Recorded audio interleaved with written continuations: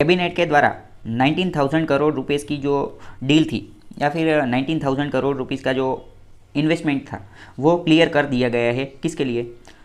PLI scheme के लिए। PLI scheme तो बहुत लंबे समय से चल रही है, प्रोडक्शन लिंक्ड इंसेंटिव स्कीम, लेकिन अभी ये जो पीएलआई स्कीम है वह सोलर मैन्युफैक्चरिंग के लिए भी चलेगी। सोलर पैनल्स जो बनाते हैं, जो रिन्यूएबल एनर्जी में काम आती है और जो सौर ऊर्जा प्राप्त करने के लिए जो काम आती है, उसके लिए यह स्कीम जो है वो लॉन्च कर दी है। और अभी तो 19,000 करोड़ का जो इन्वेस्टमेंट है वो गवर्नमेंट ने किया है। आगे जाके इसके अंदर 94,000 करोड़ का इन्वेस्टमेंट जो है वो भी गवर्नमेंट जो है वो करने वाली है। तो मतलब कि ये इन सब से क्या होगा? इन सब से सोलर एनर्जी के अंतर्गत हम आत्मनिर्भरता की और एक और कदम जो है वो आगे से आगे मिलाएंगे। इससे इसका सिग्निफिकेंस, इसका महत्व क्या है? तो इसका बहुत ही इंपॉर्टेंस है, क्योंकि रिन्यूएबल एनर्जी के अंदर जो है वो हमें आत्मनिर्भर बनना है। दूसरी अगर बात करें तो हमारा इस साल का जो क्रूड ऑयल का जो बिल था, क्रूड ऑयल का जो बिल था वो 120 बिलियन डॉलर के आसपास था। जो लास्ट ईयर जो है वो 60 बिलियन डॉलर के आसपास था।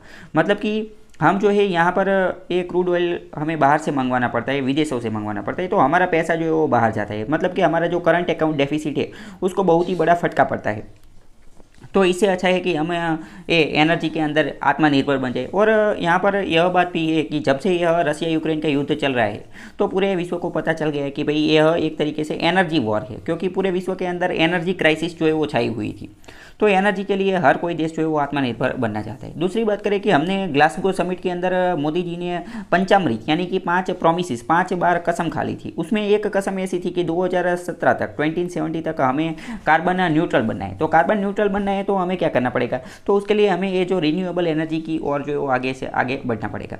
तो रिन्यूएबल एनर्जी के अंतर्गत आपको कहीं ना कहीं कोई ना कोई क्वेश्चन जो है वो मिल ही जाएगा। हर बार एक आध क्वेश्चन तो पूछ ही लेते हैं। अभी हम देखते हैं कि सोलर एनर्जी रिलेटेड हमने क्या क्या किया है, मतलब कि गवर्नमेंट ने क्या क्या किया है। तो सरकार एक प्रोग्राम चला रही है, national programme on high efficiency solar PV module. Solar PV का मतलब फोटोवोल्टिक, सोलर फोटोवोल्टिक मॉड्यूल बनाने के लिए सरकार एक नेशनल प्रोग्राम चला रही है, जिसे national programme on high efficiency solar PV module बोल रहे हैं। जिसके अंतर्गत यह भी नक्की किया गया है कि 30,000 से ज़्यादा लोगों को जो है वो नौकरी, डायरेक्ट जॉब मिलेगी और 1.2 लाख लोगों को इनडायरेक्ट नौकरी जो है वो मिलेगी। अगर आप कहीं भी लिख रहे हैं सोलर एनर्जी के बारे में तो आपके आंसर के अंदर यह जो स्कीम है, यह नेशनल प्रोग्राम है, इसका उल्लेख जो है वो आना चाहिए। दूसरी बात करें कि सरकार ने इसके अलावा और क्या क्या किया है। तो इसके अलावा अभी तो बात की जो पीएलआई स्कीम है, प्रोडक्शन लिंक्ड इंसेंटिव स्कीम, उसके अंतर्गत यह अभी नक्की कर दिया कि अभी solar energy related solar photovoltaic module बनाने की जितनी कंपनी है उसका मैन्युफैक्चरिंग जो करेंगे तो उसको भी क्या दिया जाएगा? तो उसको भी इंसेंटिव दिया जाएगा पीएलआई स्कीम के अंतर्गत। पीएलआई के अंतर्गत 4 से लेकर 6% का इंसेंटिव यानी कि जो पैसा जो है वो दिया जाता है।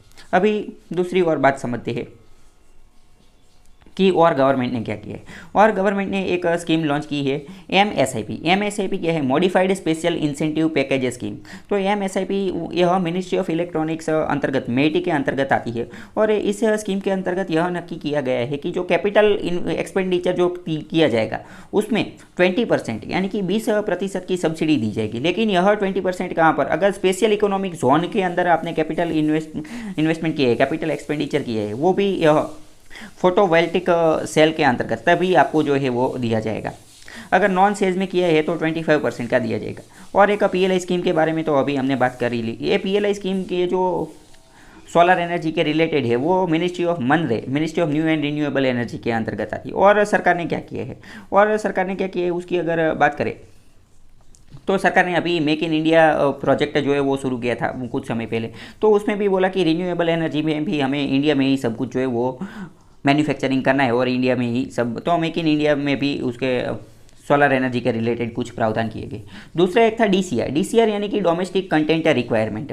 यह एक स्कीम या फिर एक तरीके से ministry of new and renewable energy ने एक तरीके से यह एक इनिशिएटिव शुरू किया था। उसके अंतर्गत यह ऐसा बोला था कि एनर्जी के रिलेटेड अगर आप कुछ बना रहे हैं, मान लो कि रिन्यूएबल एनर्जी के रिगार्डिंग मैन्युफैक्चरिंग कर रहे हैं या फिर कुछ भी कर रहे हैं, या कुछ भी प्लांट फैक्ट्री कुछ भी बना रहे हैं, तो उसमें कुछ कंटेंट ऐसा होना चाहिए जो डोमेस्टिक यानी कि भारत के अंदर ही बना हुआ होना चाहिए। मान लो कि आपने कोई एक मशीन बनाई कि जो एनर्जी जो है वो बनाती है रिन्यूएबल एनर्जी, तो इस जो मशीन है इसमें से मान लो कि 20% जो है वो डोमेस्टिक भारतीय बनावट का ही होना चाहिए या फिर 25%, या कुछ कंटेंट इन लोगों ने नक्की किया था। तो डीसीआर डोमेस्टिक कंटेंट रिक्वायरमेंट जो है वो भी इन्होंने ही नक्की किया था। मान लो कि grid connect solar rooftop programme जो चल रहा था, तो उन सभी के अंदर कुछ कंटेंट जो है वो भारतीयों का होना चाहिए, यानी कि भारत के अंदर ही बना हुआ होना चाहिए।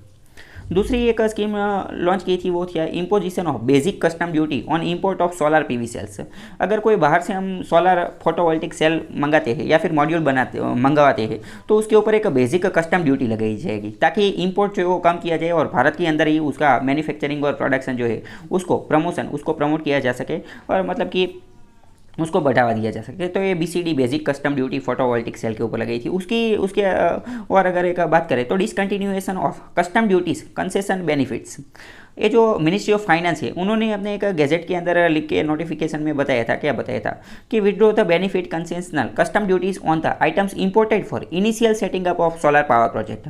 मतलब कि भारत के अंदर मान लो कि कोई सोलर पावर प्रोजेक्ट सेट करना है, कोई नया सोलर पावर प्रोजेक्ट सेट करना है, और जब नया नया प्रोजेक्ट बनाते हैं तब कोई चीज़ की ज़रूरत पड़ती है, वैसी जो चीज़ है, मतलब कि कोई कंपनी शुरू करने के लिए जो चीज़ चाहिए, प्राथमिक प्राइमरी तबक्के में जो चीज़ चाहिए, वो चीज़ अगर आप बाहर से मंगवा रहे हैं, उस चीज़ का अगर आप इंपोर्ट कर रहे हैं, तो उसके ऊपर कोई भी कस्टम ड्यूटी जो है वो नहीं लगेगी। मतलब कि यह भी किसको प्रमोट करने के लिए है कि भारत के अंदर नए नए सोलर पावर प्रोजेक्ट है वो प्रमोट किए जा सके, यही सरकार की जो है वो मूव थी।